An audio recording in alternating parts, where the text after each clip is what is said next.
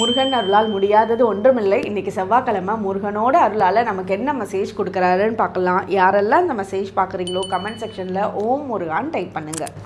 உங்களோட வாழ்க்கையில் நீங்கள் முன்னாடி செஞ்ச நல்ல விஷயத்துக்கான நல்ல கர்ம வினைகளோட பலன்களை இந்த வாரம் நீங்கள் எதிர்பார்க்கலாம். அதை நல்லாவே சந்தோஷமாக அனுபவிப்பீங்க.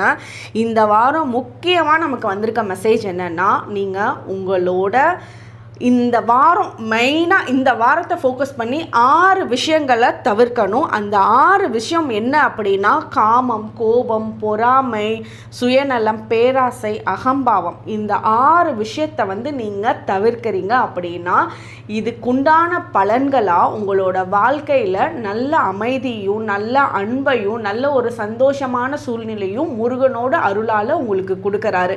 இந்த 6 விஷயங்கள் உங்களை அறியாமல் ஏதோ ஒரு பிரச்சனை உங்களுக்கு ஏற்படுத்தி கொடுத்துட்டே இருக்கு.